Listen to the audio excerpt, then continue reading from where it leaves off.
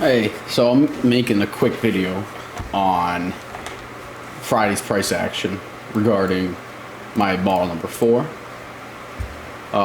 It's something I've trying to develop.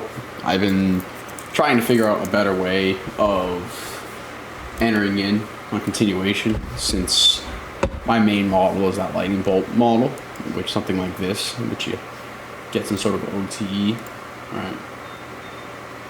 You get an OTE over here. That's my main model. But in days that we have like this, I struggle with continuation entries. So, go down to 5 minutes. It should be a quick video, as this is just an introduction to it. I got a lot more to do. And plus I'm a little hungover, so my brain is not working at 100% capacity. Anyways, so I guess we'll just start off on a higher time frame because all things require a higher time frame.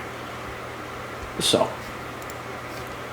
more or less, we've seen that the last 2 days, Wednesday, Thursday, was some sort of directionality, right? Therefore, I assume Friday, because more times than not, you have like a stagnant week or some sort of breakout like this here. Friday is a expansive day. I see Friday here, so more times than not, Friday here, right? So I was expecting a big move going into the Friday, but I knew I wanted to see downside. I saw that we closed within this daily fair value gap. We had this one down over. We had some sell side. I was mainly looking at this one at the top of this fair value gap. Well, if I go down to like a 1 hour, you can see a little bit more. This was that 1 hour fair sell side I was talking about, so that was pretty important. If we look in on this 1 hour, you can see post. That is your typical balance price range right here. Therefore, this will be interesting. I'll be watching this. I'll be watching, what's this middle point? 18,458. I'll be watching that. I think, given our circumstances, we're not bearish yet.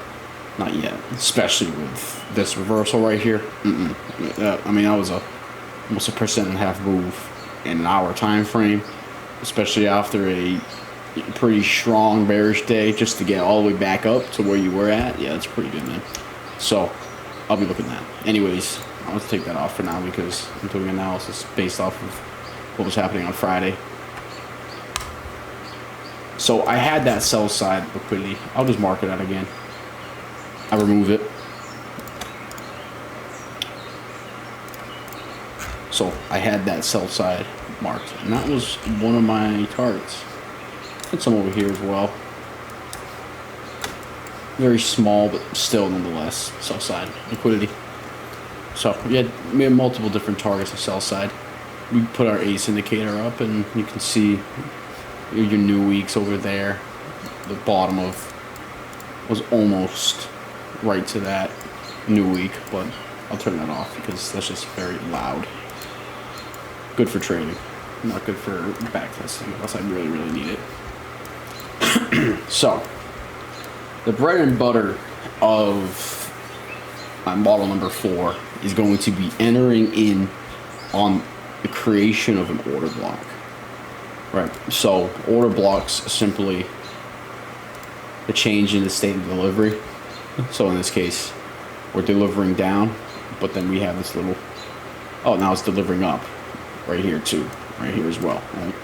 As long as it closes below the opening price, that creates the order block, right? Because imagine if we just went down and then we continued up, that's not an order block. Then this would be like a breaker, right? But that's what we're looking at. So this one up here could have been, you're looking at this So you could be looking at this fair value gap right here and be like, and this is 9:30, so this is open. You don't have a lot of data yet. You know, you had consolidation overnight, right? So you're looking at that. And like, okay, maybe this was. You don't really know that you're gonna have a big directionality day like we did just yet. Right? You know, I didn't know. I knew I wanted sell side, but I wouldn't have entered in on model number 4 with this order block right here. But for the bowl that day, would have been a good play. But this one right here was the one I was looking at. I ended up not entering it just because I'll be real, I just ended up being a little pussy. I didn't enter it. I knew I had everything I lined up. It made sense. Everything made sense, and why I didn't enter it? Because I got scared. I got analysis paralysis, and I just didn't do it. Frankly, it's also could have been because I don't have a lot of data for this new model, and it's still forming. But it seems like this model could be really good. But again, as seen, you really need to be confident in a big move. I would say this only really works on a day in which you're moving greater than 0.75 of a percent. Not 0.75%. I guess it's the same idea. You could do like days like this, right? In this case, this day's not bad. Still got a good amount of points. It honestly could be good no matter what. There's a chance it ends up being a lot more versatile than I think, given that order blocks form pretty much every single displacement, depending on like the time frame. This is more of I would say this is a good 5 minute. This is a very good 5 minute, 5 minute strategy. Though, like you can see, it would work. As soon as this closes, you could be like, all right, I'm gonna enter in short as soon as this closes because I'm gonna guess that it's an order block. Or if you really wanted to wait and you see that it closes below the open and then you enter, that would have been a good idea too. But I would say it's something like the 5 minute. You could be like, all right, you see this candle right here form. You're gonna presume that, all right, we're having a big directionality day. We have sell side liquidity. So we'll just say where this closed. We have sell side 95 points away. This is where it would be good. You could have just entered in this candle, right?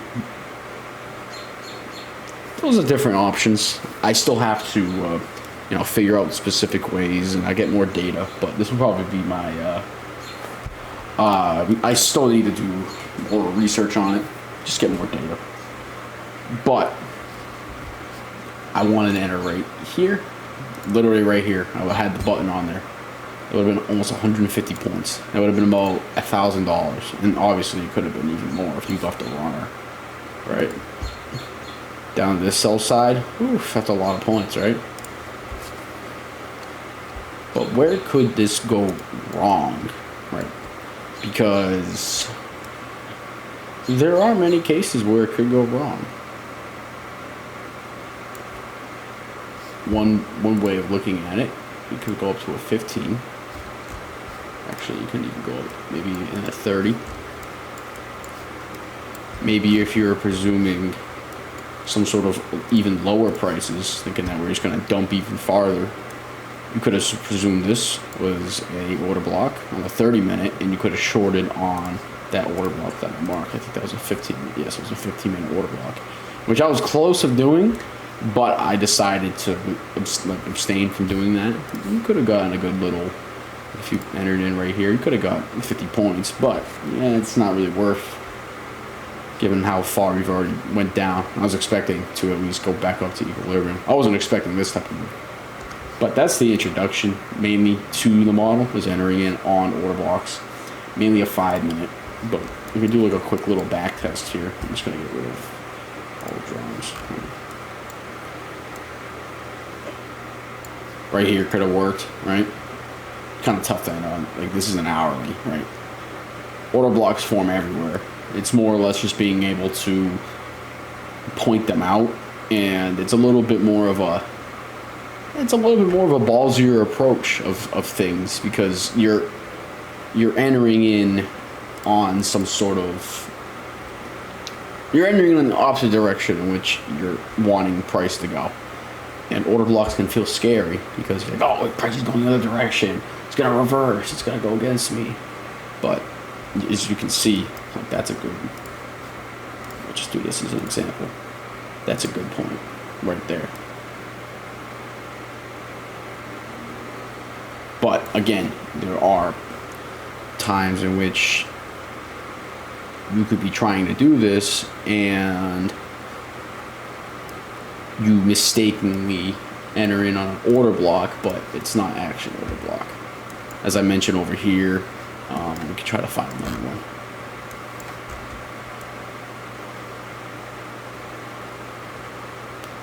It's kind of tough because order blocks are usually really easy to anticipate. Maybe you could say this one right here. You'd be like, oh, that's an order block. But that was 3:40 in the morning, right? A lot of this is still time and price. This was during a macro. This one wasn't. This was that opening, right? It's, you gotta have that time and price in it. But that's a pretty bare bones idea of this model. Just entering in on an order block after the creation of the order block. Either entering in right as the candle closes and taking the risk of, oh, this ends up, maybe this isn't an order block and it just goes straight up. But if it ends up working out, then you have full exposure to the move. Or you let the order block be created, or the changes of the state of delivery be formed, and then wait for the next candle to make this order block real, because it needs to close underneath the open. And then you can enter in on this candle, the next candle. See, that was 9 points, but you still got 96 points and at least 190. So there's different ways of doing it, but that's the bare bones. I think the next couple months, I might exclusively just try to do this and look into it, just develop this model number 4. I will run through my models before I end the video. Model number 1 is my lightning bolt, as I mentioned before. It's my OTE model. Model number 2 is my liquidity sweep model, where you see a liquidity sweep during a macro of opposite. So you sweep sell side, you're expecting prices to go higher. You see price sweep sell side during some sort of macro. This is 650 to 710. I'm not sure if this is a macro, but this is right in front of my face. I'm just going to use it. You see sell side get swept, and then you get the direction. You enter in on the liquidity sweep. Model number 3 is my OTE to OTE model. That one is a little bit, that is good for consolidation, given that this one's a little bit tougher, because it has to have like really